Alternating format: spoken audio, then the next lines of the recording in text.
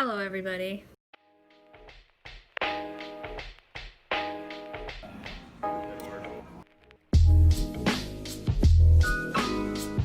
Unfortunately probably meant that like when your family member was gonna die or your crop was not gonna grow or whatever. We decided to go to Church Street.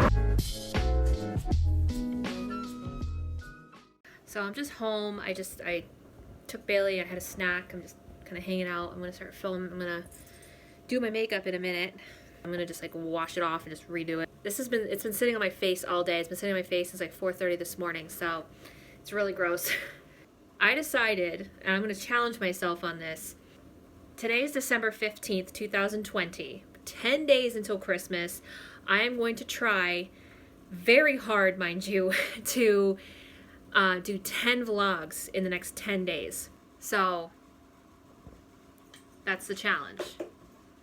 Because I work full time and I have this thing to contend with. I get home, I don't always have a content idea in my head. So I'm going to do my very best to do 10 vlogs in 10 days starting today.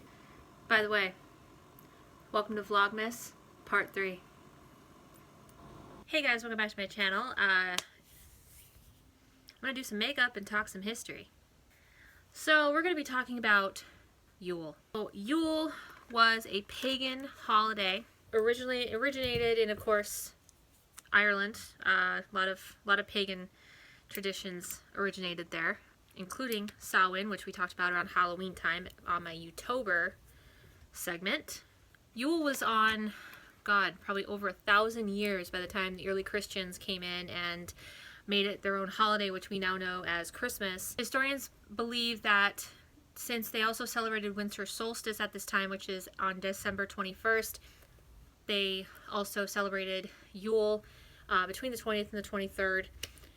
So Yule, like Christmas, has a lot of traditions, and many of these traditions we've carried on into Christmas, including the colors: red, green, gold, silver, a lot of the herbs and plants that we use today, including evergreen. I need more maquillage in my life. I just woke up like this. So some of the plants that we use as well: rosemary, evergreen, mistletoe, holly, sage, even pine cones were a part of the Yuletide celebration. A lot of them had symbolism. Mistletoe, for example, was called the seeds of the divine. It was also based off of Druid origin, the tradition of kissing under the mistletoe. They believed, as the mistletoe was the seeds of the divine, that to kiss under the mistletoe was an act of divine peace and divine love, and that mistletoe could bring them peace and love. Holly was also one that they believed would bring them good fortune. And what would happen is a lot of these pagans, the practitioners, would bring in these herbs and plants into their homes, including evergreen, which explains why we decorate our homes with evergreen even now, because, well, evergreen is considered an immortal plant, as it does not brown and shed its leaves like other trees do, hence the name evergreen. I am like at the tail end of my maquillage, and it's making me really sad. So they would bring these plants in because they believed that that would also bring in good spirits, good luck, good fortune, all of that. The Romans actually, they were pagan at one point before they, Catholicism and Christianity itself really kicked in. They would celebrate this feast similar to Yule called Saturnalia. And what they would do is they would actually cut boughs of evergreen. They would gift them to others, or they would put them in their homes to decorate their homes with, because of the immortal aspect of the evergreen boughs. By the way, the bough is like a branch, or like just a piece of evergreen. You hear like deck the halls with boughs of holly. It's basically deck the halls with like pieces of holly. It's a lot of people. I've had some people ask me like, what does bough mean? And I'll say, well, a lot of you know about Christmas caroling. Christmas caroling originated from a tradition called wassailing. Now, wassail itself was an alcoholic apple drink. It was like fermented apples mixed with oranges, and was also spiced. It had like nutmeg, cloves, things like that. And it was an alcoholic drink. It was kind of like a mulled apple cider. It's like, you've heard of mulled wine, you have hard apple cider. It was like the combination of the two, minus the grapes. Women would take like big buckets of this wassail. They would bring it to their friends and families, go door to door, and while they were handing out the wassail, handing out this drink, they were also singing Christmas carols.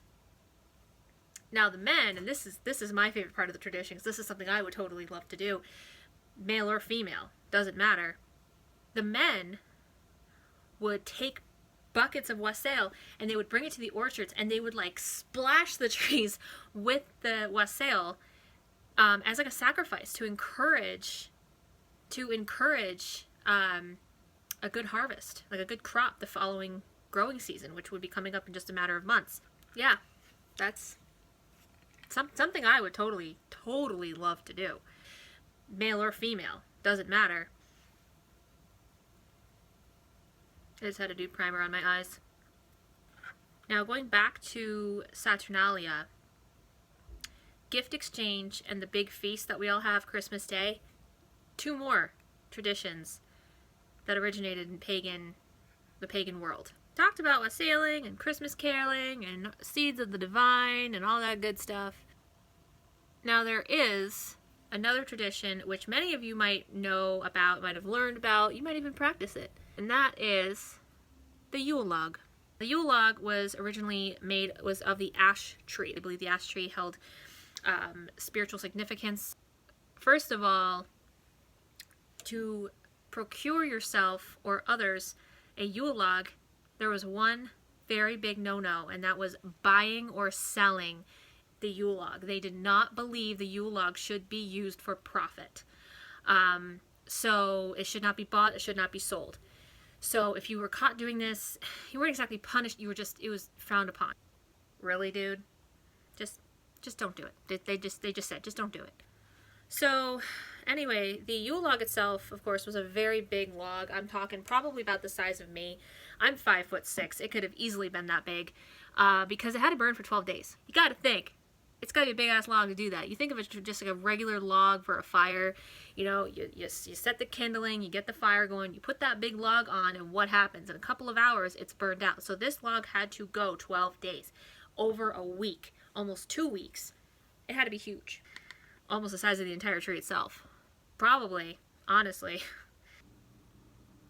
I'm just kind of having fun with my makeup right now. Like, I'm really just playing with it. This Yule log was dressed up with like evergreen boughs, again, branches. Also doused in ale and sprinkled with flour, which I found interesting. So they would do this, and they would light the log, and it would burn for 12 days. It would burn and smolder. The pagans were very superstitious people, much like the early Christians.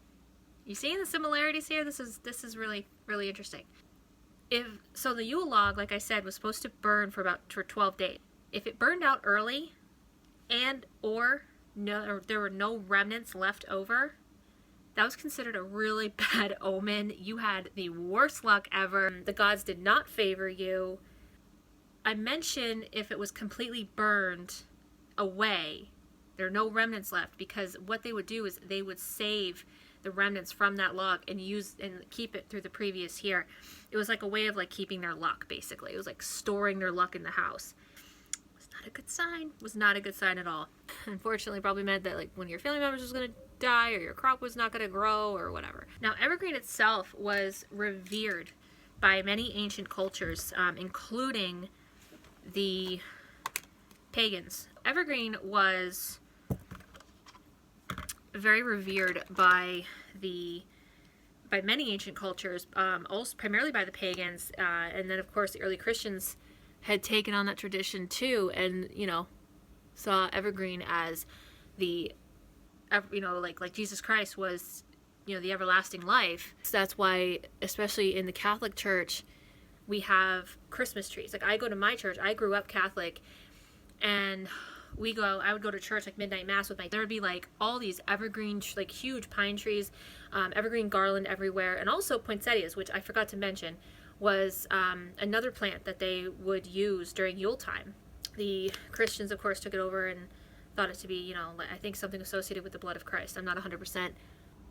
Yule also marks the shortest day of the year, winter solstice, which is coming up very soon, actually. We have a very special thing happening this year. I don't know if anyone knows about it, but December 21st, I'm not sure exactly what time of, but I'm assuming when all the stars come out, there's going to be a alignment of Jupiter and Saturn, to like an alignment to create what is going to look to be the Star of Bethlehem, that apparently led the three wise men to baby Jesus when he was born. It hasn't been around in 800 years, so this is something I don't want to miss. I'm hoping to make a video of it. I don't care if I have to walk out in the blistering cold. I will freaking see this star, and I will help you guys see this star. I may even do a live feed. Maybe I'll do like an Instagram live. I think I got way too much highlighter on right now.